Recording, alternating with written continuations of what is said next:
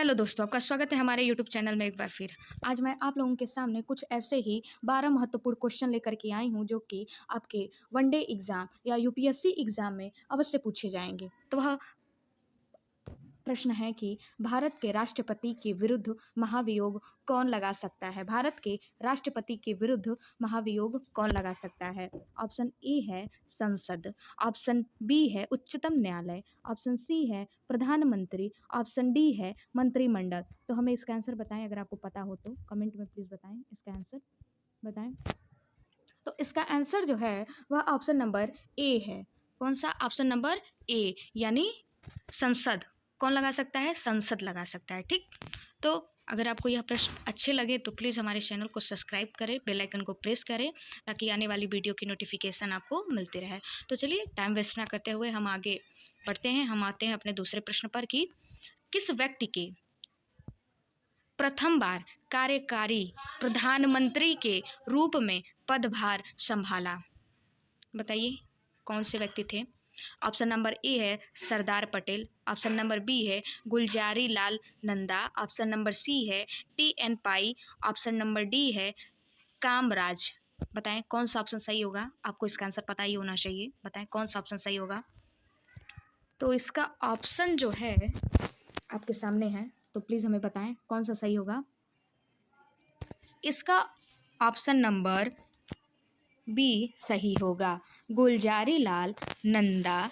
कौन होंगे? गुलजारी लाल नंदा। चलिए हम अपने अगले प्रश्न पर आते हैं कि भारतीय संविधान में नीति निर्देशक तत्व को लिया गया है, यानी भारतीय संविधान के जो नीति निर्देशक तत्व हैं वह कहाँ से लिए गए। इसका आंसर आपको पता ही होना चाहिए। बताएं। ऑप्शन नंबर ए है संयुक्त राष्ट्र अमेरिका, संयुक्त राष्ट्र अमेरिका। ऑप्शन नंबर बी है ब्रिटिश संविधान, ऑप्शन नंबर सी है आयरलैंड के संविधान, ऑप्शन नंबर डी है ऑस्ट्रेलिया के संविधान। बताएं किस संविधान से लिया गया है। इसका आंसर आपको पता होना चाहिए। किस संविधान से लिया गया है, बताएं किस संविधान से। इसका जो आंसर होगा वह है आयरलैंड के संविधान से। किसके? आयरलैंड के संविधान से। Option number C. चलिए अगले प्रश्न पर आते हैं कि संसद के दोनों सदनों की संयुक्त बैठक की अध्यक्षता कौन करता है। संसद के दोनों सदनों की संयुक्त बैठक की अध्यक्षता कौन करता है। आपके सामने ऑप्शन दिए गए हैं। लोकसभा अध्यक्ष, राज्यसभा का सभापति, ऑप्शन नंबर सी है भारत का उपराष्ट्रपति, ऑप्शन नंबर डी है भारत का राष्ट्रपति। बताएं कौन सा होगा। बताएं, आपके सामने ऑप्शंस भी हैं, कौन सा सही होगा। इसका आंसर जो है वह ऑप्शन नंबर ए, लोकसभा अध्यक्ष। कौन? लोकसभा अध्यक्ष। चलिए अब अगले प्रश्न पर आते हैं, 5वें नंबर का। पंचायती राज के चुनाव में खड़े होने के लिए एक व्यक्ति की आयु कितनी होनी चाहिए। बताएं कितनी होनी चाहिए एक व्यक्ति की आयु पंचायती चुनाव में उठने के लिए। आपके सामने ऑप्शन है। ऑप्शन नंबर ए है 21 वर्ष, ऑप्शन नंबर बी है 18 वर्ष, ऑप्शन नंबर सी है 25 वर्ष, ऑप्शन नंबर डी है 30 वर्ष। बताएं कितना वर्ष होना चाहिए, तो ज़रूर पता होना चाहिए।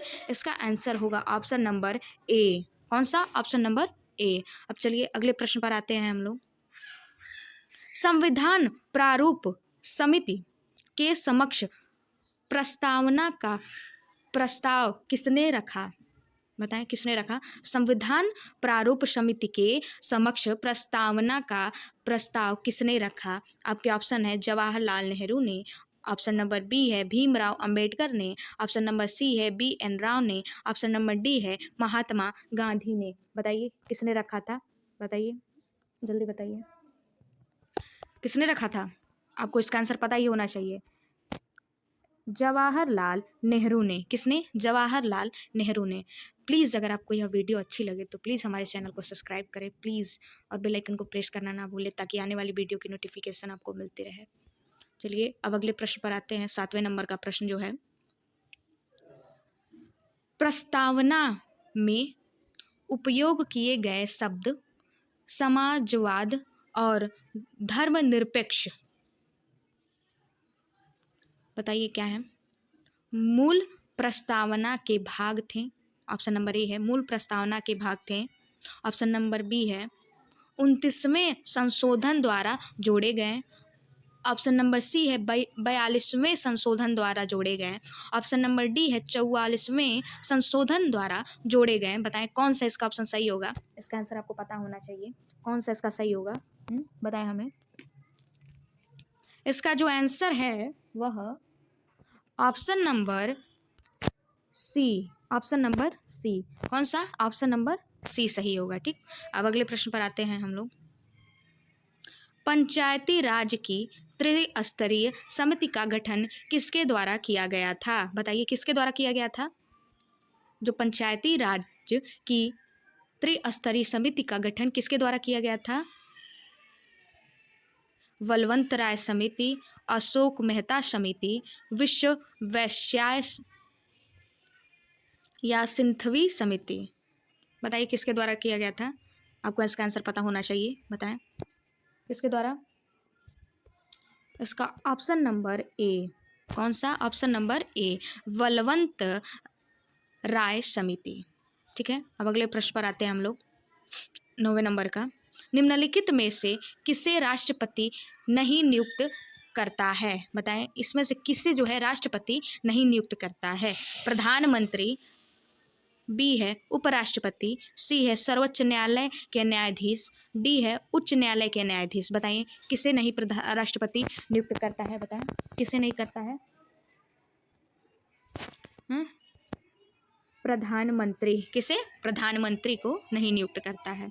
ठीक, अब अगले प्रश्न पर आते हैं हम लोग। 10वें नंबर का प्रश्न है, राष्ट्रपति को शपथ कौन दिलाता है? राष्ट्रपति को शपथ कौन दिलाता है? इसका आंसर आपको जरूर पता होना चाहिए। ऑप्शन नंबर ए है सर्वोच्च न्यायालय के मुख्य न्यायाधीश, ऑप्शन नंबर बी है प्रधानमंत्री, ऑप्शन नंबर सी है उपराष्ट्रपति, ऑप्शन नंबर डी है लोकसभा अध्यक्ष। तो बताएं इसका सही आंसर क्या होगा? इसका सही आंसर क्या होगा? बताएं इसका जो सही आंसर है वह ए है। कौन सा? ऑप्शन नंबर ए, सर्वोच्च न्यायालय के न्यायाधीश। ओके, अब चलिए हम अगले प्रश्न पर जाते हैं। अगर आपको प्लीज़ अगर ये चैनल पे दिखाए गए प्रश्न अच्छे लगे तो प्लीज़ हमारे चैनल को सब्सक्राइब करें और बेल आइकन को प्रेस करना ना भूलें ताकि आने वाली वीडियो की नोटिफिकेशन आपको मिलती रहे और आपकी तैयारी ऐसे ही चलती रहे। तो संघ लोक सेवा आयोग के अध्यक्ष को कौन नियुक्त करता है? संघ लोक सेवा आयोग के अध्यक्ष को कौन नियुक्त करता है? ऑप्शन नंबर ए है राष्ट्रपति, ऑप्शन नंबर बी है प्रधानमंत्री, ऑप्शन नंबर सी है गृह मंत्री, ऑप्शन नंबर डी है इनमें से कोई नहीं। बताएं कौन सा इसका सही होगा? बताएं इसका कौन सा सही होगा? कौन सा सही होगा? इसका जो है ऑप्शन नंबर ए सही होगा, राष्ट्रपति। कौन? ए, राष्ट्रपति।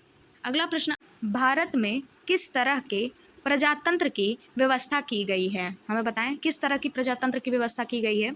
इसका ऑप्शन नंबर ए है प्रत्यक्ष, ऑप्शन नंबर बी है अप्रत्यक्ष, ऑप्शन नंबर सी है प्रत्यक्ष और अप्रत्यक्ष दोनों, ऑप्शन नंबर डी है तीनों में से कोई नहीं। आपको तो इसका आंसर अवश्य पता होना चाहिए। जो लोग यूपीएससी का तैयारी कर रहे हैं उन्हें तो अवश्य इसका आंसर पता होना चाहिए। आपको पता है तो प्लीज़ हमारे कमेंट में बताएं। तो इसका आंसर जो है वह option number C, option number C, प्रत्यक्ष और अप्रत्यक्ष दोनों प्रकार के। ठीक है, अब चलिए अगर आपको यह सारे वीडियो अच्छे लगे, ये सारे प्रश्न अच्छे लगे तो प्लीज़ हमारे चैनल को लाइक करें, सब्सक्राइब करें, बेल आइकन को प्रेस करें ताकि आने वाली वीडियो की नोटिफिकेशन आपको मिलती रहे। धन्यवाद।